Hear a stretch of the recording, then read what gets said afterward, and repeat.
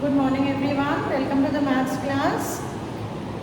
Today we will be continuing with exercise 17. Yesterday we have done the word problems on division. Question 1, 2, 3 and 4. Today we will do the remaining 4, that is 5, 6, 7, 8 and a little part of the new chapter. The next chapter also will begin. So first we will do question number 5. So everyone please open your books to page 57. Question number 5. There are 175 people in line to ride the Delhi-Agra bus. So there are some people who are waiting in a line. The name of the bus is the Delhi-Agra bus. So there are 175 people who are waiting for a ride or to go in that Delhi-Agra bus. 35 people can go in each round. So as the bus takes a round, at one time 35 people can go in the bus. The question is, how many rounds will it take for all the people to ride? So we have to find out that the bus will have to make how many rounds for all the 175 people to go in the bus. In how many rounds will 175 people be able to go in the round? How many rounds will the bus have to take? So we divide the total number of people, that is 175, by the number of people in one round. That is 175 is the total number of people and number of people in one round is 35.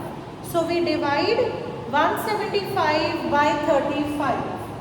So the statements are, people in line for the ride 175, people in each round 35 and number of rounds 175 divided by 35.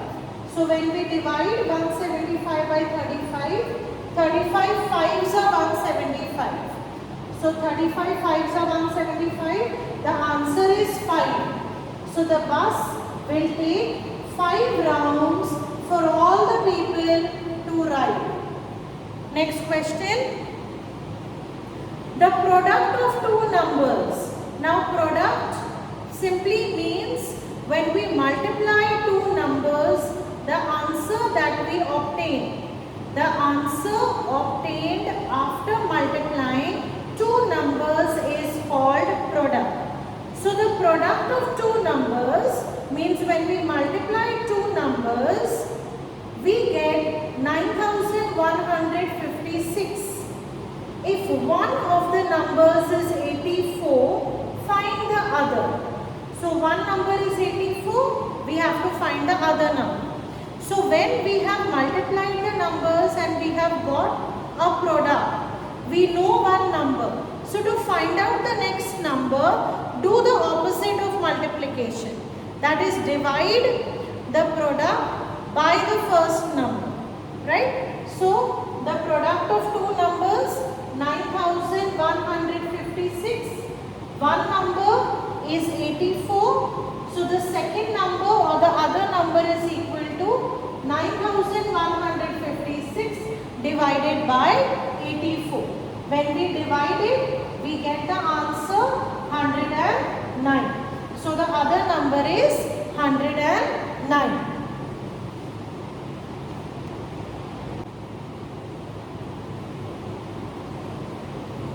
Next we have question number 7.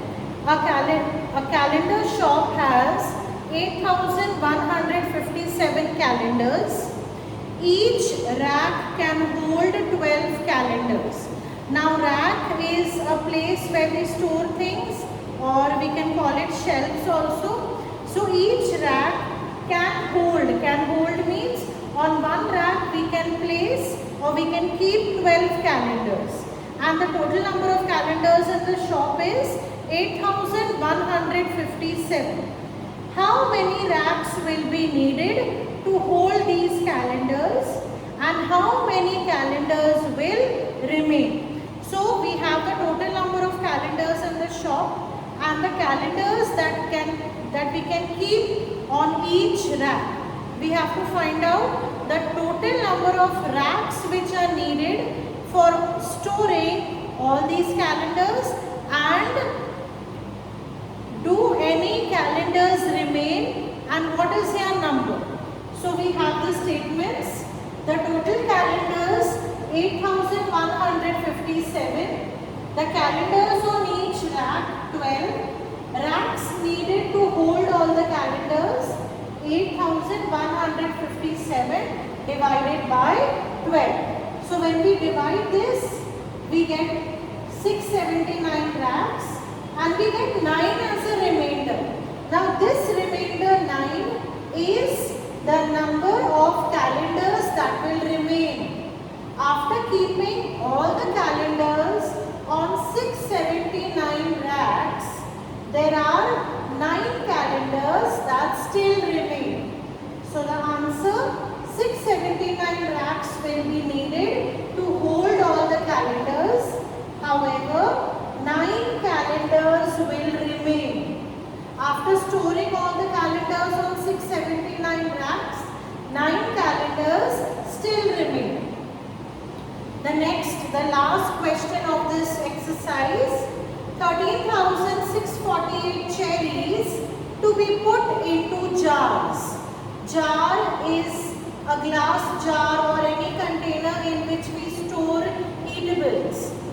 So 13,648 cherries to be put into jars. It takes 65 cherries to fill one jar. How many jars are required to fill all the cherries, and how many cherries will be left? So we have the total cherries, 13,648. Cherries in one jar are 65. So we divide the total number of cherries by the cherries in one jar. So when we divide, we get 209. This 209 is the number of jars that are required to fill all the cherries. And the remainder that we get is the number of cherries that are left after filling the cherries in 209 jars. So after this division, we have the answer. 209 jars are required to fill all the cherries. 63 cherries will be left. So this completes our chapter number 5, multiplication and division. Now we'll just begin with the new chapter, the next chapter.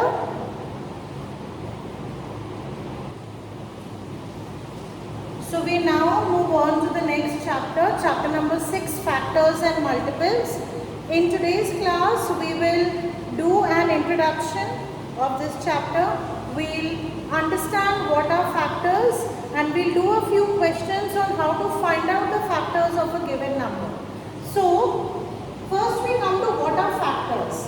Now, factors are those numbers which divide the given number completely without leaving any remainder. That means when a factor divides the given number and we get 0 as the remainder, that means the smaller number is a factor of the given number.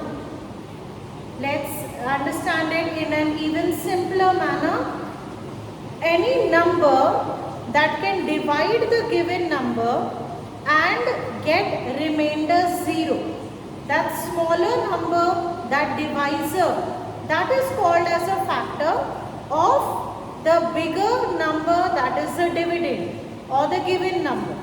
Let us understand with the help of some examples. The given number is 8. Okay, I want to find out, is 2 a factor of 8? So I will divide this given number 8 by 2. So when I divide 8 by 2, 2 4s are 8, I get remainder 0. Now this means that 2 is able to completely divide 8. That is why I can say 2 is a factor of 8. Next I have 18. The given number is 18. I want to find out, is 3 a factor of 18? So I divide 18 by 3. 3 6 are 18. I get remainder 0. So I can say 3 is a factor of the given number 18 because when we divide 18 by 3, we get remainder 0. So 3 is able to completely divide 18. Another example, 45. Let's find out if 5 is a factor of 45. When I divide 45 by 5, I get quotient 9 and remainder 0. Since I get remainder 0, I can conclude that yes, 5 can divide 45 completely. The remainder obtained is 0 and hence I can say that 5 is a factor of the given number 45.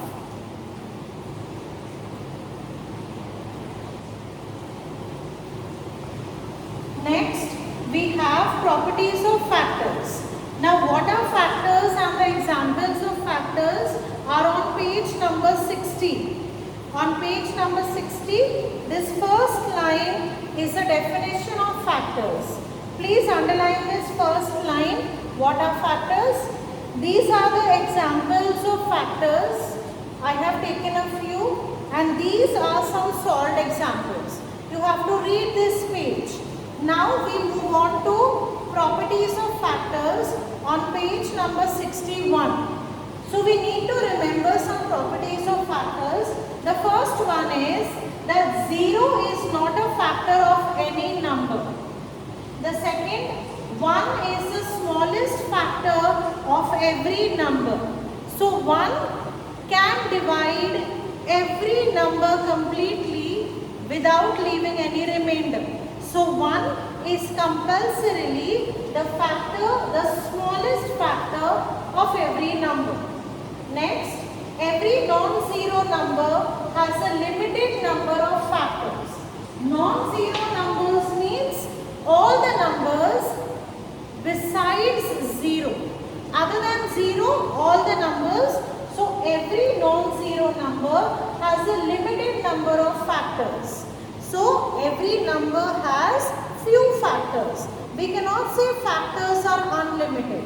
No, they are. They are limited number of factors.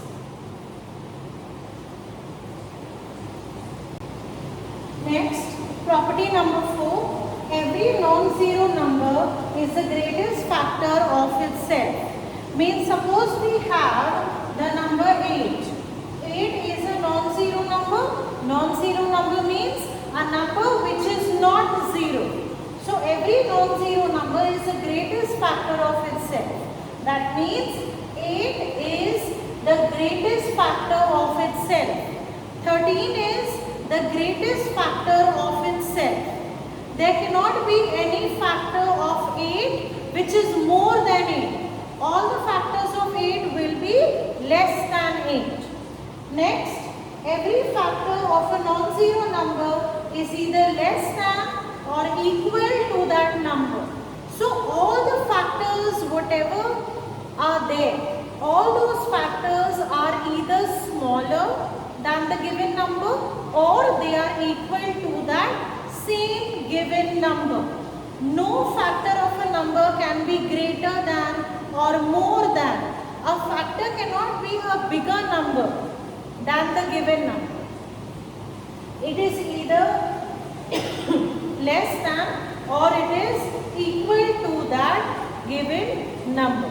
And the last property, every factor of a number is an exact divisor of that number.